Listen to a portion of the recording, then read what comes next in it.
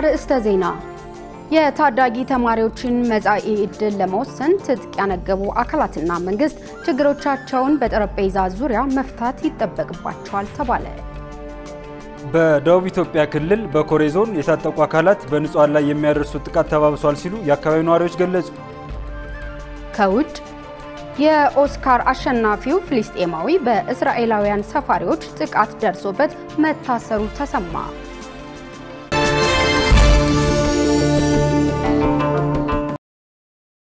ሰላም ጤና ይስጥልኝ ተመልካቾቻችን ከኢሳት ነፃ የህዝብ ሚዲያ የሰዓቱ ዜናዎች ተጀምረዋል። ከዜናዎቹ ጋር ገነት ዘዘውና እኔ ሙልቀን ሰለሞን በምልክት ቋንቋው ዳዊት ጎሳይ አብረናችሁን ቆያለን። ወደ ቀዳሚ ዜና እንሻገር። ኢትዮጵያና የፈረንሳይ የልማት ኤጀንሲ የ28.5 ሚሊዮን ዩሮ የድጋፍ ስምምነት ተፈራረሙ። ኢትዮጵያና የፈረንሳይ የልማት ኤጀንሲ AFD የ28.5 ሚሊዮን ዩሮ ድጋፍ ስምምነት ተፈራርመዋል። ስምምነቱን የገንዘብ ሚኒስትር ዴታ ዶክተር ኢዮብ ተካልኝና በኢትዮጵያ የኤጀንሲው ዳይሬክተር ሉዊስ አንቶኒዮ ሶሼ ተፈራርመዋል። ድጋፉ ሁለተኛውን ሀገር በቀል የኢኮኖሚ ማሻሻያ ትግበራ ጨምሮ ኢትዮጵያ እየተገበረቻቸው የሚገኙ ወሳኝ የኢኮኖሚ ለውጦችና ኢኒሼቲቮች ለመደገፍ እንደሚውል ተገልጿል። ሚኒስትር ዴታ ኢዮብ ተካልኝ በዚህ ወቅት እንደገለጹት ድጋፉ በወሳኝ ወቅት የተደረገ መሆኑን ጠቅሰው ለኤጀንሲው ቀጣይነት ያለው ድጋፍ ምስጋና አቅርበዋል። የድጋፍ ስምምነቱ የሁለቱን ሀገራት የረጅም ጊዜ ትብብር እንደሚጠናከርም ተናግረዋል። ሉዊስ አንቶኒዮ ሶሼ በበኩላቸው ኤጀንሲው ለኢትዮጵያ የሚያደርገውን ድጋፍ አጠናክሮ እንደሚቀጥል ማረጋገጣቸውን የሚኒስትሩ መረጃ ያመለክታል። በሶማሌና በአፋር ክልል አካባቢዎች የተገኘውን አንጻራዊ ሰላም በማጠናከር ወደ ልማትና እድገት መቀየር ይገባል ተባለ። የሰላም ሚኒስቴር ከሶማሌና ከአፋር ክልሎች ከተውጣጡ ምሁራን፣ የሃይማኖት አባቶች፣ የሀገር ሽማግሌዎች፣ ሴቶች፣ ወጣቶችና ልዩ ልዩ የህብረተሰብ ተወካዮች ጋር በሁለቱ ህዝቦች መካከል የተጀመረውን ግንኙነት ለማጽናት ያለመ የምክክር መድረክ አካሂደዋል። በመድረኩ ላይ ተገኝተው መልእክት ያስተላለፉት በሰላም ሚኒስቴር የሰላም ግንባታና ብሔራዊ መግባባት ዘርፍ ሚኒስትር ዴኤታ ዶክተር ከይረዲን ተዘራ መንግስት በሁለቱ ክልሎች መካከል ተፈጥሮ የነበረውን ችግር ለመፍታት ተከታታይ ስራ ሲያከናውን ቆይቷል ብለዋል። የተገኘውን አንጻራዊ ሰላም በማጠናከር ወደ ልማትና እድገት መቀየር እንደሚያስፈልግም አንስተው የሁለቱ ክልሎች ሰላም መሆን ለሁለቱም ክልሎች ህዝብ ከፍ ሲልም ለሀገር ሰላም መሰረት መሆኑን ጠቁመዋል።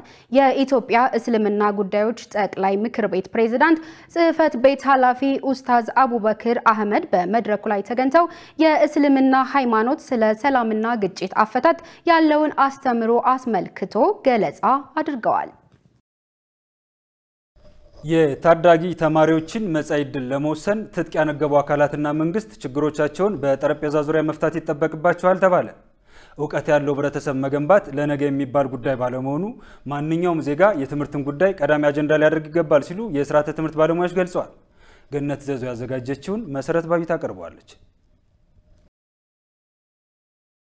በትናንትናው ዕለት የትምህርት ሚኒስትር ፕሮፌሰር ብርሃኑ ነጋ በአማራ ክልል በተገኙበት የትምህርት የንቅናቄ መድረክ ላይ በጸጥታ ችግር ሳቢያ በተያዘው ዓመት በክልሉ ከ4 ሚሊዮን በላይ ተማሪዎች በሀገር ደረጃ ደግሞ ከ7.8 ሚሊዮን በላይ ተማሪዎች ከትምህርት ገበታ ውጭ መሆናቸውን ገልጸዋል። በመሆኑም የተጠቀሰው አሃዝ በቀላሉ የሚታይ ባለመሆኑና በሀገር ላይ የሚያሳድረው ተጽዕኖ ከባድ በመሆኑ ይህንን ችግር ለመቅረፍ ምን መሰራት አለበት ሲል ኢሳት የስርዓተ ትምህርት ባለሙያዎችን ጠይቋል። የስርዓተ ትምህርት ባለሙያው ዶክተር መክበብ ጣሰው በምላሻቸው ትምህርት በባህሪው ሰላምና የተመቻቸ ከባቢ የሚፈልግ መሆኑን ጠቅሰው በኢትዮጵያ አሁን ላይ ያለው ሁኔታ ግን ተቃራኒ መሆኑን ገልጸዋል። ባለሙያው አያይዘውም የትምህርት ጉዳይ በአሁኑ ወቅት አሳሳቢ ደረጃ ላይ በመድረሱ ማንኛውም ዜጋ ችግሩን ለመቅረፍ ቁርጠኛ ሊሆን ይገባል ብለዋል። እንደ ሀገር እንደ ህዝብ ሁላችንም ሆ ብለን ተነስተን ይህን ነገር የምናስተካክልበት ነባራዊ ሁኔታ ነው ያለው። አሁን ያለው ትውልድ አሁን ስልጣን ላይ ያለውም ትውልድ ጫካም ያለው ትውልድ ባላደራነቱን እየተወጣ አይደለም ያለው። አንዱ ባላደራነታችን በዚህ ምድር ላይ ስንኖር ቀጣዩ ትውልድ ምን ላይ ነው ያለው ብሎ ዞር ብሎ ማየት ትልቁ ኃላፊነታችን። እንደ ሀገር ይሄ አንገብጋቢ አጀንዳ ሆኖ ሁሉም ሰው በዚህ ጉዳይ ላይ ሊነጋገርበትና መፍትሄ ሊፈልግበት ይገባል።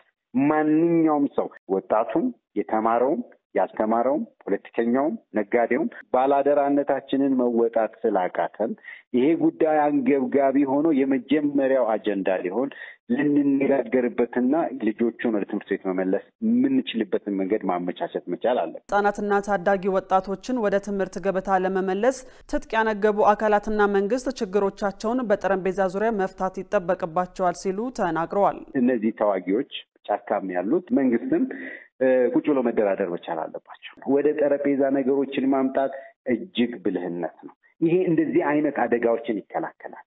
ከጠረጴዛ መሸሽ ፍርሃት ነው። ከጠረጴዛ መሸሽ የለብንም። ሁሉ ነገራችንን ወደ ጠረጴዛ አምጥተን ቁጭ ብለን ተነጋግረን የህዝባችንን ወይንም እንዋጋለታለን የምንለውን ህዝብ ወይንም መብቱን ልናስጠብቅ እንሄዳለን የምንለውን ህዝብ ጉዳይ ሳንጎዳው ህዝቡ እንደዚህ አይነት ጉዳቶች ሳይከተሉ ቁጭ ብሎ ውይይት ተወያይቶ ሀሳብን ወደፊት ለፊት አምጥቶ በሀሳብ የበላይነት አምኖ ሀሳብ ላይ መወያየትና በሀሳብ ላይ ጦርነት መክፈት መቻል አለብን። የዚህ ልብ ሊኖረን ይገባል። ሌላኛው የስርዓተ ትምህርት ባለሙያ ፕሮፌሰር ያለው እንዳወቅ በበኩላቸው ዕውቀት ያለው ህብረተሰብ መገንባት ለነገ የሚባል ጉዳይ ለመሆኑን ገልጸዋል። አያይዘውም ከትምህርት ገበታ ውጪ የሆኑ ታዳጊ ተማሪዎች መጻኢ ዕድል ለመወሰን በሰከነ መንፈስ መነጋገር ያስፈልጋል ይላሉ። እነዚህ ልጆች ወደ ትምህርት ቤት አልሄዱም ማለት ነገ ምን ሊከሰት እንደሚችል በዛ ማህበረሰብ ልፍ ሲልም በሀገር ደረጃ ምን ሊከሰት እንደሚችል መገመት ትችላለሽ። አእምሮን ከፍቶ ልብን አቅንቶ ቁጭ ብሎ መወያየትና ለልጆቹም ይሁን ለሀገሪቱ የመጻኢ ዕድል ወሳኝ የሆኑ ውሳኔዎችን ማስተላለፍ የግድ ይሆናል ማለት ነው። ቁጭ ብሎ ሀገርን ሊገነባና ሀገርን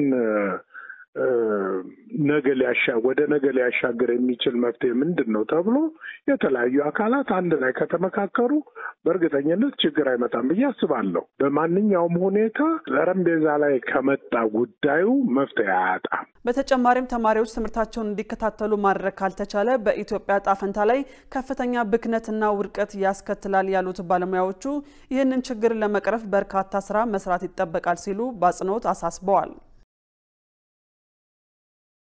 በደቡብ ኢትዮጵያ ክልል በኮሬ ዞን የታጠቁ አካላት በንጹሃን ላይ የሚያደርሱት ጥቃት ተባብሷል ሲል የአካባቢው ነዋሪዎች ገለጹ። ነዋሪዎቹ መንግስት የዜጎችን ሰላም በዘላቂነት ለመመለስና ካሉበት ስጋት ለማውጣት ከሚመለከታቸው አካላት ጋር መስራት እንዳለበት አሳስበዋል። ሰላማዊት ሙሉጌታ ተጨማሪ አላት። የደቡብ ኢትዮጵያ ክልል ከኦሮሚያ ክልል ጋር በሚዋሰንባቸው የኮሬ ዞን የተለያዩ አካባቢዎች የታጠቁ አካላት በንጹሃን ዜጎች በተለይም አርሶ አደሮች ላይ የግድያና የእገታ ተግባራትን እንደሚፈጽሙ በተደጋጋሚ ይስተዋላል። ከዚሁ ጋር ተያይዞ በምዕራብ ጉጂ ዞን የሚንቀሳቀሱ የታጠቁ አካላት ወደ ኮሬ ዞን ጎርካ ወረዳ በመግባት በሚያደርሱት ጥቃት በየጊዜው የበርካታ ንጹሃን ዜጎች ህይወት እየተቀጠፈ መሆኑን የአካባቢው ነዋሪዎች የሆኑ የዓይን እማኞች ለኢሳት ነጻ ህዝብ ሚዲያ ገልጸዋል። በአካባቢው ታጣቂዎች በተደጋጋሚ ጥቃት የሚፈጸሙ መሆኑን የሚገልጹት ነዋሪዎቹ ከጸጥታ አካላት ምንም አይነት ከለላ እየተደረገ ባለመሆኑ ማህበረሰቡ በከፍተኛ ስጋት ውስጥ እንደሚገኝ አመልክተዋል። በዚህም ሳቢያ ከቀያቸው የሚፈናቀሉ ዜጎች መኖራቸውን አንስተዋል። በብዛት አካባቢ ስንት ሸለቆ የተያዘው በሸኔ ነው። ያው ሸኔው እዛ የመንግስት መዋቅር ያለበት ቦታ በመሆኑ ገብቶ መቆጣጠር አቅም መንግስት ስለሌለው ማን ከማን ጋር መደራደር ወይ ማን ኃላፊነት ወስዶ ማስተካከል እንደሚቻልበት የሚታወቅ ነገሮች ስለሌለ እጅግ ከቀን ወደ ቀን አካባቢ ያለው አንደኛ ጠልቆ በመግባት ሁለተኛ ደፈጣ በማድረግ ሶስተኛ ደግሞ አርሶ አደር ያው ከብቶቹን ነርቶ እርሻ ቦታ ሲሄድ ጠብቆ የማጥቃት ሂደቶቹን እንደዚህ ያስከተለ ይገኛል ማለት እርሜና ኮምቦልቻ መጣሪያ የሚባሉ አካባቢ ላይ የመጡ ሰዎች ናቸው ጥቃቱን የፈጸሙት። ሌላ ቦታ ላይ አይነቱም እዛ አካባቢ ላይ ያሉ ናቸው። መጥቶ አርብቶ አደር ስር የተደራጀ ማለ ራሱ አርብቶ አደር የሚያስጠጥቅ አካል ማለ እንደዛ ሆኖ ነው አካባቢ የሚያስተላልፉ። ግን ነዋሪዎቹ እንዳሉት በአርሶ አደሩ ላይ የሚፈጸመው ጥቃት ከጊዜ ወደ ጊዜ እየጨመረ መምጣቱና በታጣቂዎች ላይም ምንም አይነት እርምጃ እንደማይወሰድ አመልክተዋል። የዜጎችን ሰላም በዘላቂነት ለመመለስና ካሉበት ስጋት ውስጥ እንዲወጡ መንግስት ከሚመለከታቸው የጸጥታ አካላት ጋር መስራት አለበት ሲሉም አሳስበዋል። የተቀረበ ህብረተሰብ ምንም አይልም። ያው ትናንትም አብሮ ኖረ ነው፣ ዛሬም ነገም ቀጥሎም አብሮ የሚኖር ነው። ያው አንድ ሀገሩን ተሸክሞ መሄድ እስከማይችል ድረስ ተቻችሎ መኖሩ የሚቀጥል ይሆናል። ግን ትልቁ ህዝቡን የሚያናውጠው ውስጥ ገብቶ የሚያናውጠውን ኃይል የማውጣት ትልቅ ኃላፊነት ከመንግስት ይጠበቃል። የምንለው ነው። መንግስት የለጠጠ እንትን ቆዳ ስፋት ነው ያለው።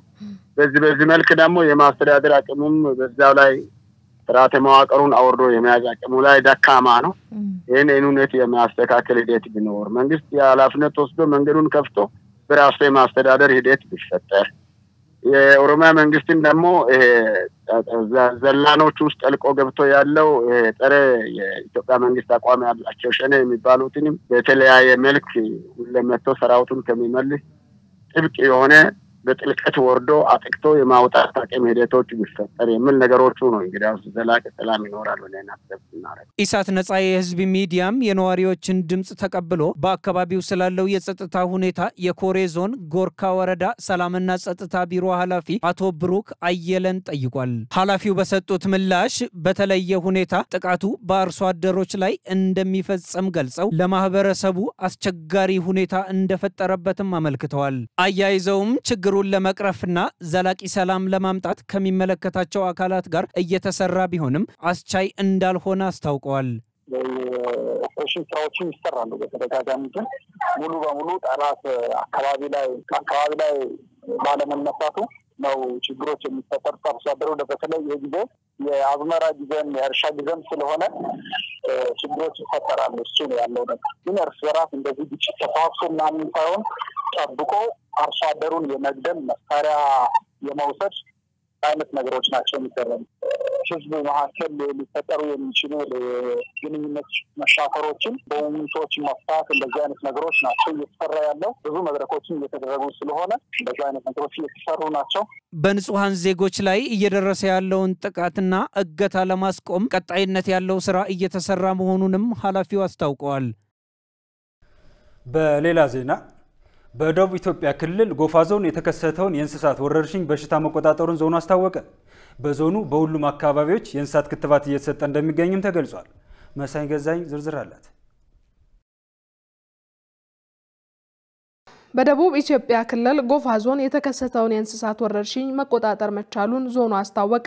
ይህ በጎፋ ዞን በኡባ ደብረ ፀሐይ በቶ እና ዛራ ወረዳ ላይ ከመጋቢት 5 ቀን 2017 ጀምሮ የተከሰተው ወረርሽኝ 156 እንስሳት መግደሉንም ተገልጿል። በአሁኑ ሰዓትም ዞኑ ምርመራ ማድረግ ከጀመረ ወዲህ 156 እንስሳቶች እንደሞቱ የዞኑ ግብርና መምሪያ ኃላፊ ዳንኤል ደግፌ ተናግረዋል። እነዚህ በሶስት መዋቅሮች ላይ 19 ቀበሌ ያካትታል። 271983 የሚያክሉ የዳልጋ ከብቶች ይገኛሉ። ከዛ ውስጥ አሰሳ አድርገን ስናይ 212131 ከብቶች ለዚህ በሽታ ተጋላጭ እንደሆኑ፣ ምርመራ ስናደርግ 589 ከብቶች በበሽታው እንደተያዙ አረጋግጠን ምልክቶች ታይተው 310 ከብቶች ሕክምና አግኝተዋል። ከነኚህ ውስጥ 154 ከብቶች ድነዋል ማለት ነው። ሌሎቹ ሞተዋል። ሕክምና ከመጀመራችን በፊትም የተወሰነ የሞቱ አሉ። ኃላፊው ወረርሽኙ በፍጥነት የሚዛመትና ጊዜ የማይሰጥ በመሆኑ በእንስሳቶች ላይ ሞት ማስከተሉን ገልጸው በአሁኑ ሰዓት ግን መቆጣጠር እንደተሻለ ተናግረዋል። በዚህም በዞኑ ለሚገኙ እንስሳት አጠቃላይ ክትባት እየተሰጠ እንደሚገኝም አሳውቀዋል። በሽታው አንደኛው ጎረርሳ የሚባል በአየር ንብረት ለውጥ በሚኖርበት ጊዜ የሚነሳ በሽታ እንደሆነ ነው የታወቀው። በላቦራቶሪ የተረጋገጠው እሱ ነው። ክልሉ ባለሙያዎችም የዞኑ ባለሙያዎችን አንድ ላይ ተቀናጅተው ርብርብ በማድረግ የተለያዩ ክትባት አይነቶችን በመስጠትና ሕክምናውንን በመስጠት አሁን ላይ በሽታው ሙሉ በሙሉ ቆሟል። አሁን ክትባት ተሰጥተው የዳኑት ድነዋል፣ የሞቱትም ሞቷል። አሁን ግን መቆጣጠር ችለናል። ያ እንዳይከሰትና ወደ ሌሎች እንዳይሸጋገር ለማድረግ በሁሉም ወረዳዎች ላይ ክትባት የተሰጠ ነው ያለው። የአካባቢው ሆነ በአቅራቢያው የሚገኝ ማህበረሰብ ወረርሽኙን በተመለከተ በድጋሚ ችግር ባጋጠመ ጊዜ በፍጥነት እንዲያሳውቁ ማሳሰቢያ ተሰጥቷል። ተመልካቾቻችን ዜናዎቻችን እንደቀጠሉ ናቸው። ከቢዝነስ ዜና ከመግባታችን በፊት አንድ ዜና እንንገራችሁ። ብሔራዊ ባንክ የግምጃ ቤት ሰነዶችን በዘመናዊ መንገድ ለገበያ ሊያቀርብ መሆኑን አስታወቀ። የኢትዮጵያ ብሔራዊ ባንክ የመንግስትን የግምጃ ቤት ሰነዶች በዘመናዊ መልኩ ወደ ገበያ የሚያቀርብበትን ስርዓት በቅርቡ ይፋ እንደሚያደርግ አስታውቋል። ይህ አዲስ ስርዓት ዜጎችና ኢንቨስተሮች በመንግስት የግምጃ ቤት ሰነዶች ላይ ኢንቨስት በማድረግ በሀገሪቱ የኢኮኖሚ እድገት ላይ እንዲሳተፉ ያስችላል ተብሏል። የማዕከላዊ ባንክ ገዢ አቶ ማሞ ምህረቱ እንደገለጹት ይህ ስርዓት የግምጃ ቤት ሰነዶችን ግብይት የበለጠ ግልጽ፣ ቀልጣፋና ተደራሽ ለማድረግ ያለመ መሆኑን ገልጸዋል። በተጨማሪም የቁጠባን ባህል ለማበረታታትና የሀገሪቱን የኢኮኖሚ እድገት ለማፍጠን አስተዋጽኦ ይኖረዋል ማለታቸውን ካፒታል ዘግቧል። የኢትዮጵያ ብሔራዊ ባንክ የገንዘብ ፖሊሲ ማዕቀፍን በማዘመን የግምጃ ቤት ሰነድን ገበያ ጨምሮ ወደ ወለድ ተመን ስርዓት በመሸጋገር ክፍት የገበያ ስራ በማስተዋወቅና በርካታ ፖሊሲ በማስተካከል ላይ እንደሚገኝም ገልጿል። እንደ አውሮፓውያን አቆጣጠር በ2019 ፍላጎት ያላቸው የፋይናንስ ተቋማት የግምጃ ቤት ሰነዶችን በጨረታ መግዛት እንዲችሉ መፍቀዱ የሚታወስ ሲሆን አሁን የሚመጣው ለውጥ ዜጎች በቀጥታ እንዲሳተፉ ያስችላል ተብሏል። ይህም ለዜጎችና ለኢንቨስተሮች አዲስ የኢንቨስትመንት አማራጮችን በመፍጠር የሀገሪቱን የኢኮኖሚ እድገት ለማፍጠን አስተዋጽኦ ይኖረዋል ተብሎ እንደሚጠበቅም ተገልጿል። ተመልካቾቻችን ከኢሳት ነጻ የህዝብ ሚዲያ ለሰዓቱ ያዘጋጀናቸው ዜናዎቻችን እንደቀጠሉ ናቸው። ለቢዝነስ ዘገባዎች ደግሞ ሰላማዊት ሙልጌታ ተጠብቀናለች።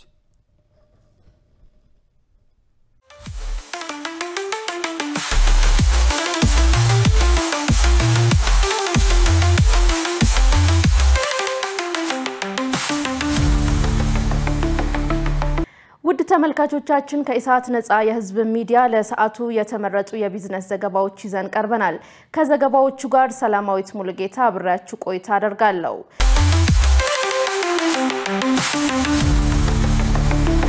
በአውሮፓ ገበያ ምርት ለማቅረብ ዝግጅት ማድረግ እንደሚያስፈልግ ተገለጸ።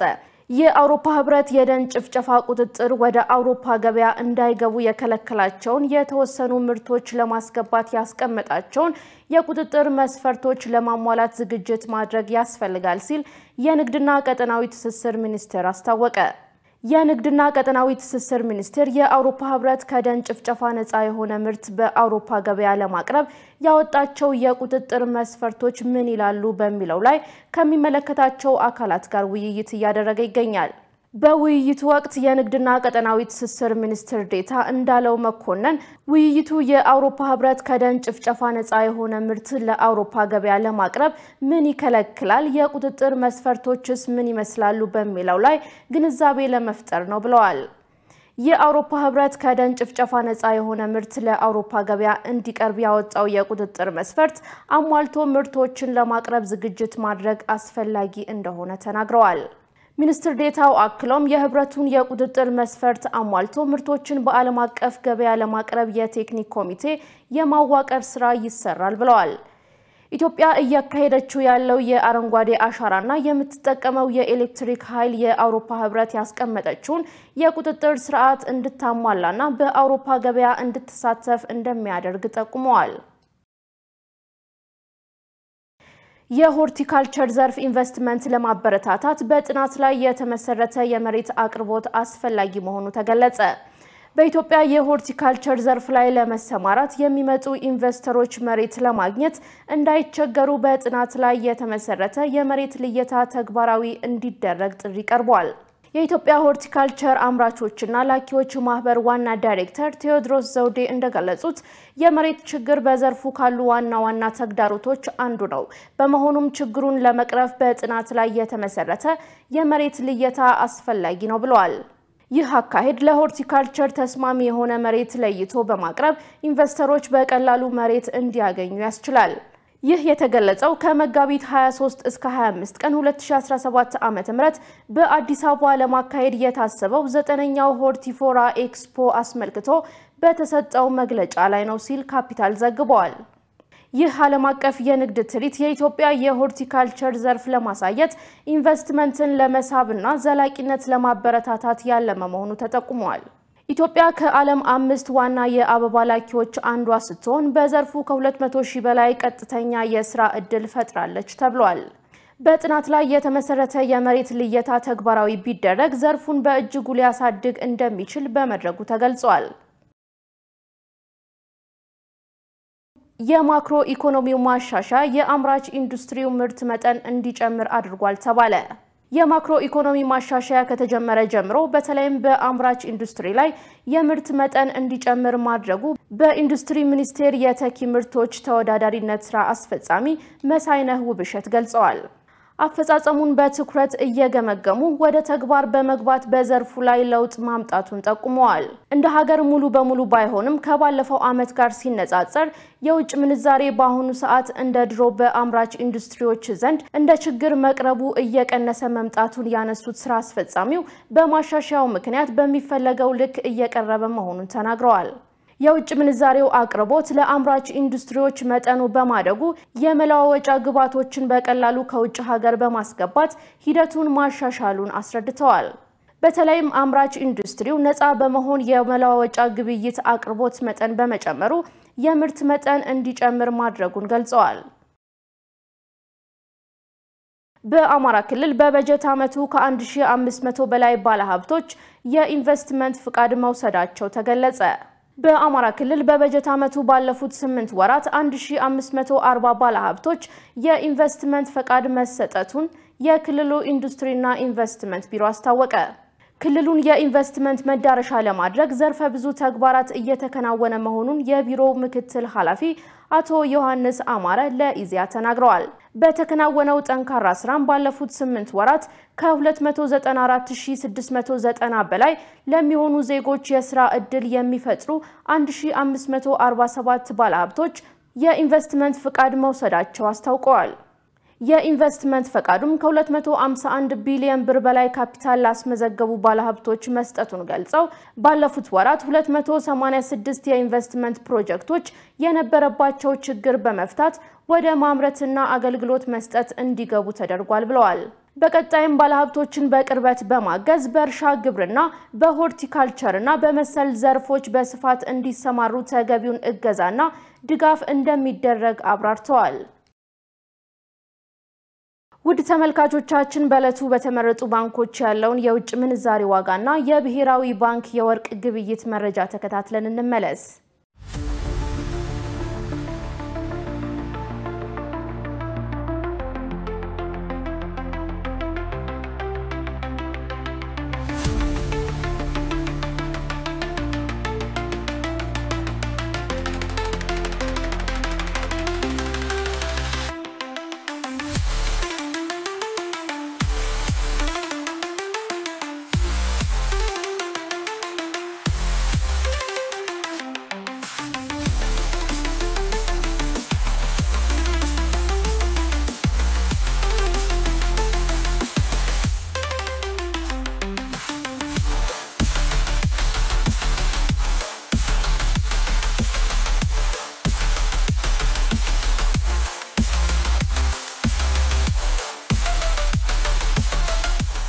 ውድ ተመልካቾቻችን ለዕለቱ የያዝናቸው የቢዝነስ ዘገባዎች በዚሁ ተጠናቀዋል። አሁን ደግሞ ወደ ዋናው ዜና እንመለስ።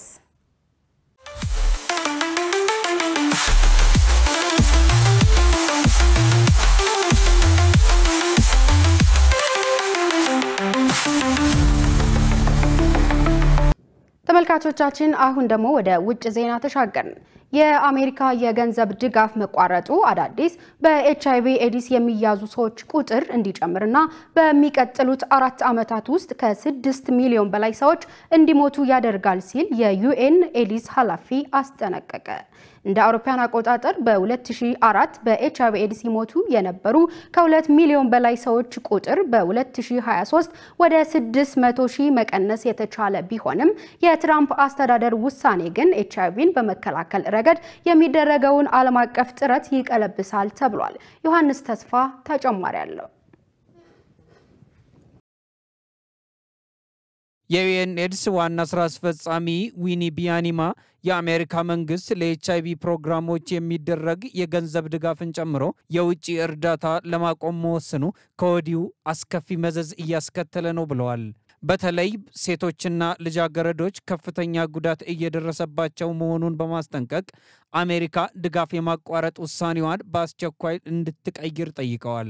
የአሜሪካው ፕሬዝዳንት ዶናልድ ትራምፕ በጥር ወር ለመጀመሪያ ጊዜ ወደ ስልጣን በመጡበት ወቅት የመንግስትን ወጪ ለመከለስ በሚል ለ90 ቀን ያህል ሀገራቸው የምትሰጠውን እርዳታ ማቋረጣቸውን ያስታወቁ ሲሆን ከዚያን ጊዜ ጀምሮ አብዛኛው የአሜሪካ ዓለም አቀፍ ልማት ኤጀንሲ USAID ፕሮግራሞች ተቋርጠዋል። በዩናይትድ ስቴትስ የገንዘብ ድጋፍ የሚደረግላቸው የኤችአይቪ ሕክምናና መከላከል መርሃ ግብሮች በመቋረጣቸው የተነሳ በአፍሪካ ውስጥ የእናቶችና ሕፃናት ክሊኒኮች እንዲዘጉ ተደርገዋል። ሕይወት አድን የሆኑት የጸረ ኤችአይቪ መድኃኒቶች ላይም እጥረት ተከስቷል። ቢያኒማ የጸረ ኤችአይቪ መድኃኒቶች በድሃ ሀገራት እምብዛም ወደማይገኙበት ኢንፌክሽኖችና ሞት እየጨመሩ ወደ ነበረበት 1990ዎቹ እንዳይመለስ መስጋታቸውን ተናግረዋል። አሜሪካ ለዓመታት የኤችአይቪ ሕክምናና መከላከል ላይ ብቸኛዋ የገንዘብ ድጋፍ ሰጪ ሀገር የነበረች ሲሆን ቢያኒማ ዋሽንግተን ላሳየችው ልግስናና ሰብአዊነት በማመስገን በጊዜ ሂደት የምታደርገውን ድጋፍ ለመቀነስ መንፈለጓ ምክንያታዊ ነው፣ ነገር ግን የህይወት አድን ድጋፍን በድንገት ማቋረጥ ከባድ ተጽዕኖ ያሳድራል ብለዋል። እስካሁን ድረስ ዋሽንግተን ውሳኔዋን እንድትቀይር የሚቀርቡላትን ተማጽኖዎች እየሰማች ስለመሆኑ የሚያሳይ ምንም ምክንያት የለም። በአውሮፓ የሚገኙ ለጋሽ ሀገራትም የገንዘብ ድጋፍን ለመቀነስ ያቀዱ ሲሆን ኤችአይቪ መከላከል ላይ የሚሰራው የተባበሩት መንግስታት ድርጅት የጋራ ኤጀንሲ UNAIDS ሌሎች ሀገሮች በአሜሪካ መንግስት ውሳኔ የተፈጠረውን ክፍተት ለመሙላት ምንም አይነት ፍንጭ አለማሳየታቸውን ገልጿል። ቀደም ሲል የዓለም ጤና ድርጅት ናይጄሪያ፣ ኬንያ፣ ሌሴቶ፣ ደቡብ ሱዳንና ዩክሬን የአሜሪካ የገንዘብ ድጋፍ ካቆመ በቅርቡ የኤችአይቪ መድኃኒት ሊጨርሱ እንደሚችሉ ተናግረዋል። የዓለም ጤና ድርጅት ዋና ዳይሬክተር ቴድሮስ አድሃኖም የኤችአይቪ ፕሮግራሞች መስተጓጎል የ20 ዓመታትን እድገት ወደ ኋላ ሊመልስ ይችላል ሲሉ አስጠንቅቀዋል። በየካቲት ወር በደቡብ አፍሪካ ኤችአይቪ መከላከል ላይ በግንባር ቀደምነት የሚሰራው ቡድን ትሪትመንት አክሽን ካምፔን የተሰኘው ተቋም የኤችአይቪ ታማሚዎች ለሕክምናቸው አስፈላጊ አገልግሎቶችን ለማግኘት ሲታገሉ ሀገሪቱ ወደ ነበረችበት ልትመለስ እንደምትችል አስጠንቅቋል። ቢያኒማ ለትራምፕ አስተዳደር አሜሪካ ያመረተቻቸውን የጸረ ኤችአይቪ መድኃኒቶች ለመሸጥ የሚያስችል ምክረ ሀሳብ በማቅረብ ከእንደዚህ አይነት ስምምነት የሚገኘው ትርፍና ስራም ለአሜሪካ በጣም ጠቃሚ ይሆናል ሲሉ አክለው ገልጸዋል። UNAIDS የገንዘብ ቀነሳ ከሚደርስባቸው የተባበሩት መንግስታት ድርጅት ኤጀንሲዎች አንዱ ሲሆን የመንግስታቱ ድርጅት የስደተኞች ኤጀንሲ 6000 ያህል ሰራተኞቹ ስራ ሊያጡ እንደሚችሉ አሳውቋል። ዩኒሴፍ በበኩሉ የህፃናትን ሞት መቀነስ ላይ የታየው መሻሻል ስጋት ላይ መውደቁን ገልጿል።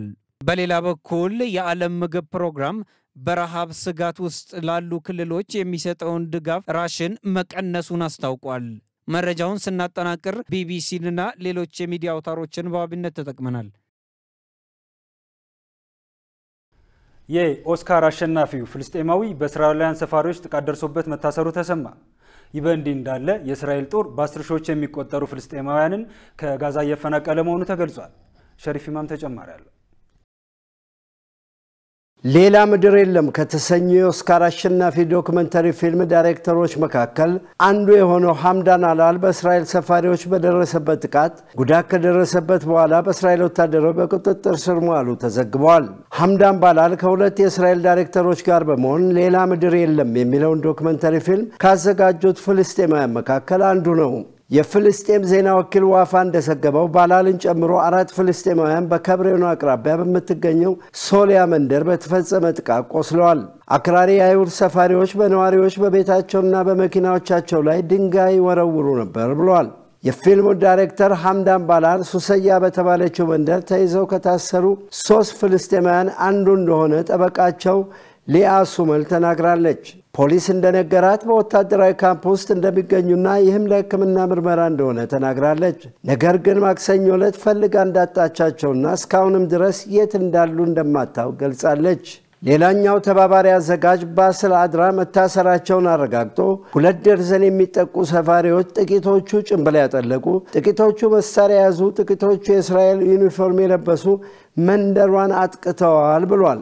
በስፍራ የደረሱ ወታደሮች መሳሪያዎቻቸውን ወደ ፍልስጤማውያን ደገኑ። በዚህ ወቅት ሁሉ ሰፋሪዎች ድንጋይ መወርወራቸውን ቀጥለው ነበር ብሏል። እኛ ከኦስካር ሽልማት መመለሳችን ነው። ከመጣንበት ቀን ጀምሮ በየዕለቱ በእኛ ላይ ጥቃት ይሰነዘራል ብሏል አድራ ለአሶሺየትድ ፕሬስ እንደነገረው። ይህ ምናልባት ፊልሙን በማዘጋጀታችን ለመበቀል ይመስላል። ድርጊቱ ቅጣት አክል ነው ብሏል። ሌላ ምድር የለም በዚህ ዓመት በዶኩሜንተሪ ዘርፍ የኦስካር አሸናፊ ሆኗል። ፊልሙ በኃይል በተያዘው ዌስት ባንክ የማሳፈሪያታ አካባቢ ነዋሪዎች የእስራኤል ወታደሮች መንደራቸውን ለማፍረስ ሲሞክሩ የሚደረግ ግብግብ የሚያሳይ ነው። ባላልና አድራ ሁለቱም ከዚያው አካባቢ የተገኙ ወጣቶች ናቸው። እናም በትብብር የፍልስጤም እስራኤል ስራ የሆነውን ሌላ ምድር የለም የተሰኘ ዶክመንተሪ በእስራኤላውያን ዳይሬክተሮች ዮቫል አብርሃም እና ራቸል ስዞር ጋር አዘጋጅተዋል።